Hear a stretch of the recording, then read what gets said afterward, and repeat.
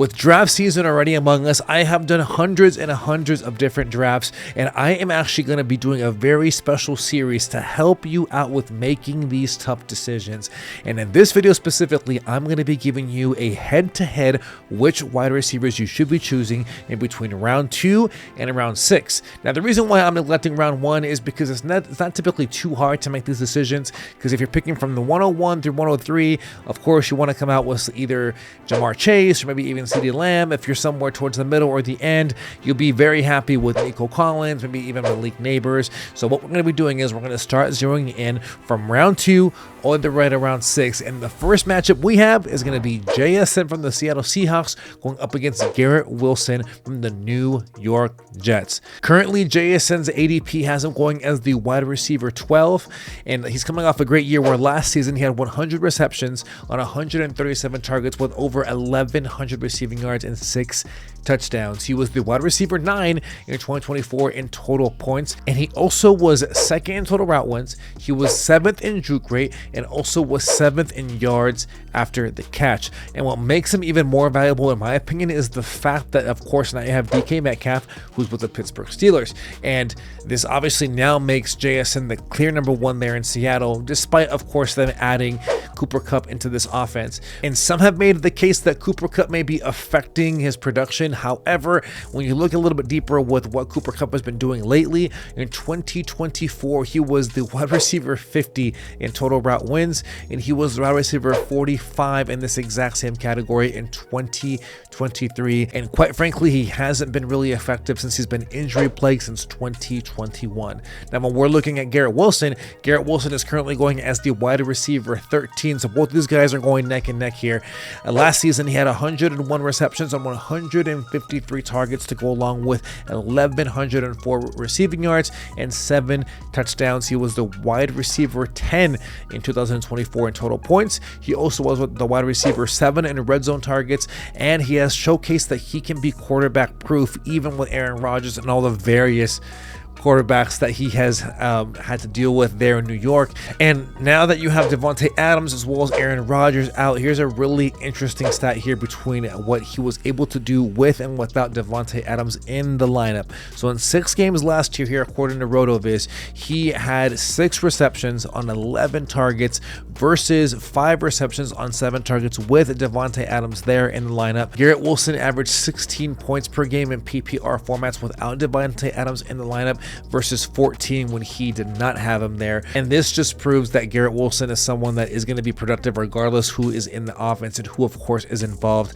in the receiving room there with New York. The winner between these two, I'm going to be taking JSN, and it's quite simply because, number 1, we know that he is going to be effective now that you saw some key departures in this offense, and 2, I am a big believer in Kubiak taking over this offense and him being able to utilize JSN and maximize this skill set. Now it's round 3. You're going to be choosing between either Tyreek Hill from the Miami Dolphins or T. Higgins from the Cincinnati Bengals. Let's break things down here for Tyreek Hill. Currently, his ADP has him going as the wide receiver 15. He is coming off a down season in 2024, and he has had some previous elite seasons. This is actually the first time that he was under 1,700 receiving yards since 2022, and it was actually the first time since 2019 that he was under 1,200 receiving yards. And he also finished outside of the top 12 in fantasy football for all wide receivers. That's his lowest mark since his rookie season in 2016.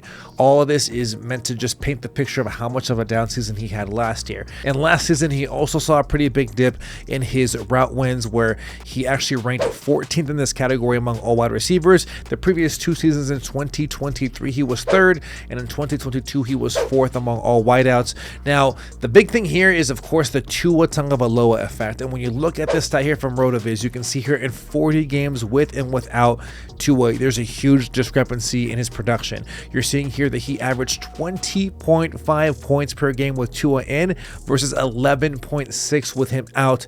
You can see the same thing with the receptions, with 6.7 with Tua in there, 5 without. And then you see also the targets at 9.8 versus 7. And then also the receiving yards dipping from 9.75 to 56.7 without Tua on that roster. And with T. Higgins, it's quite simply this. He's actually coming off a fantastic season where he ended as the wide receiver 5 in 2024 in a points per game basis. He also had a career season because he had a career high in touchdowns with 10. And I know that there's more than likely going to be some kind of touchdown regression for him this upcoming season. And you can see here in these stats that in his 5-year career, he's only had one season where he didn't have 100 targets. And that's why for me, he's the winner between these two, because number one, we are going to expect that this is a defense for Cincinnati isn't going to be much better. And number two, I just love anything attached to Joe Burrow, Jamar Chase, and T. Higgins. And at this range, I would much rather take T. Higgins over Tyreek Hill for that reason. Now in round 4, you're going to be deciding between either Courtland Sutton from the Denver Broncos or DJ Moore from the Chicago Bears. Last season in 2024, it was a banner year for Courtland Sutton. He had 81 receptions on 135 targets and 1,081 receiving yards with 8 touchdowns. It actually was Sutton's first time since 2019 that he had over 1,000 receiving yards and 100 targets, and he also was 7th in deep targets. He also was 8th in red zone targets,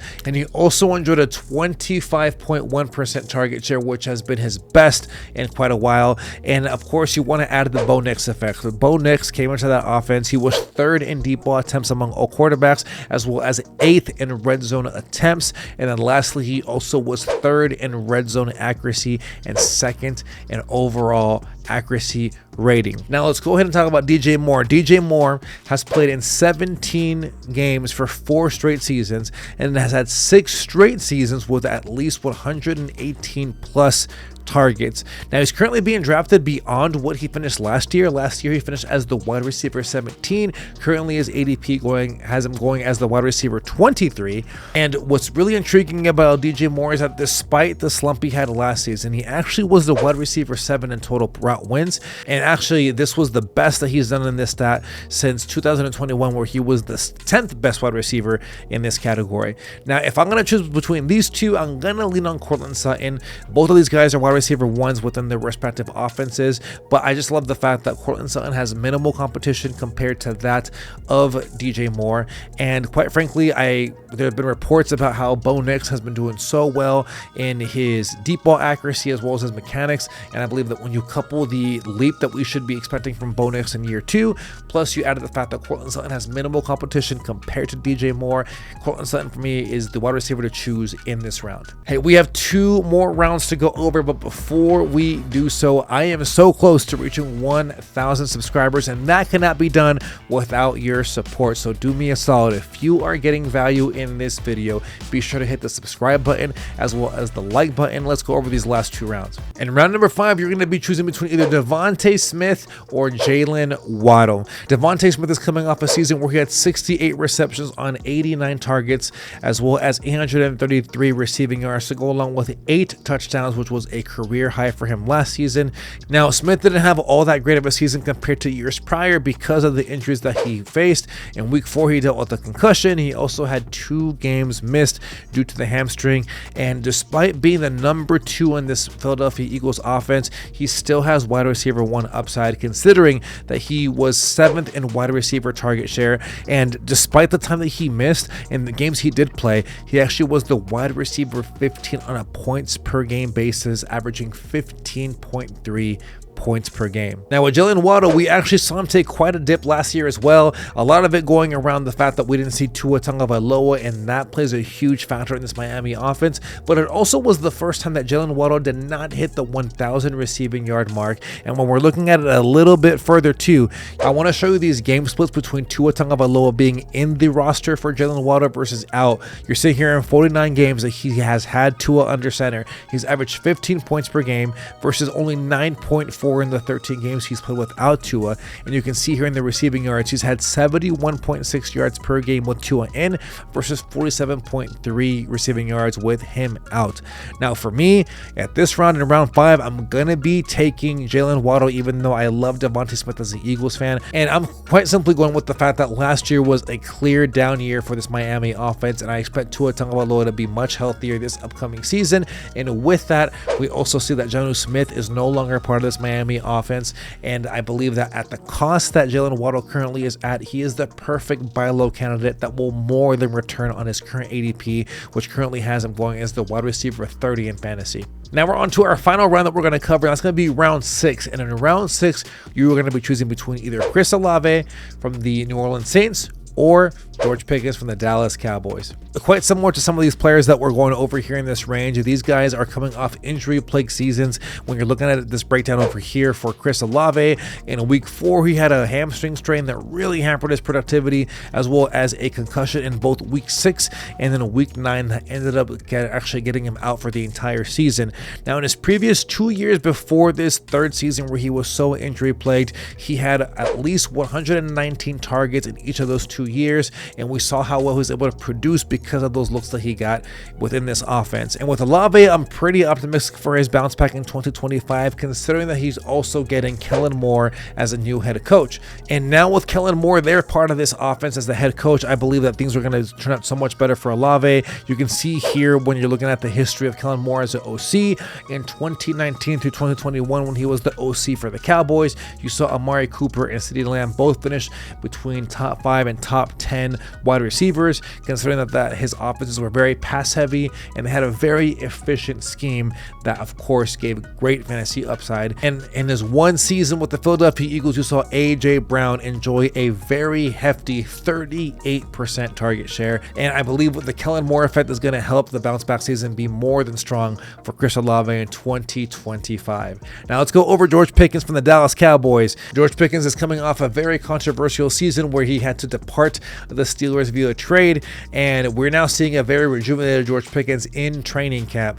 And quite frankly, despite the frustrations that he had with the Steelers, he was a top 12 wide receiver in explosive plays, and he also ranked 3rd in receiving EPX. And I believe that with the trade now with Dallas, he is now going to be an integral piece in what is bound to be one of the strongest wide receiver 1-2 punches in the NFL. And I believe that Dak Prescott is going to maximize with that kind of talent there. And quite frankly, this is why I would choose Pickens over Chris Olave, even though it's very difficult because of the fact that Olave is going to be the wide receiver 1. But the thing is, at this range, at round 6, you're seeing someone that is going to be a great buy low candidate, and it's quite simply this too. Defenses are going to hone in more on CeeDee Lamb, which will open up George Pickens' game, and with that, he'll be able to feast off that and really leverage those opportunities to be effective for your fantasy rosters in 2025. Hey, you made it to the very end of the video. Thank you so much for making it here. It means all the world to me, and once again, we are so close to 1,000 subscribers, and I can't do that without your support. So if you got value, do me a solid. Hit the like button as well as the subscribe button, and check out some of these other videos that will help you out as we get ready for fantasy draft weekend. Thank you so much for watching. Take care. God bless. Peace.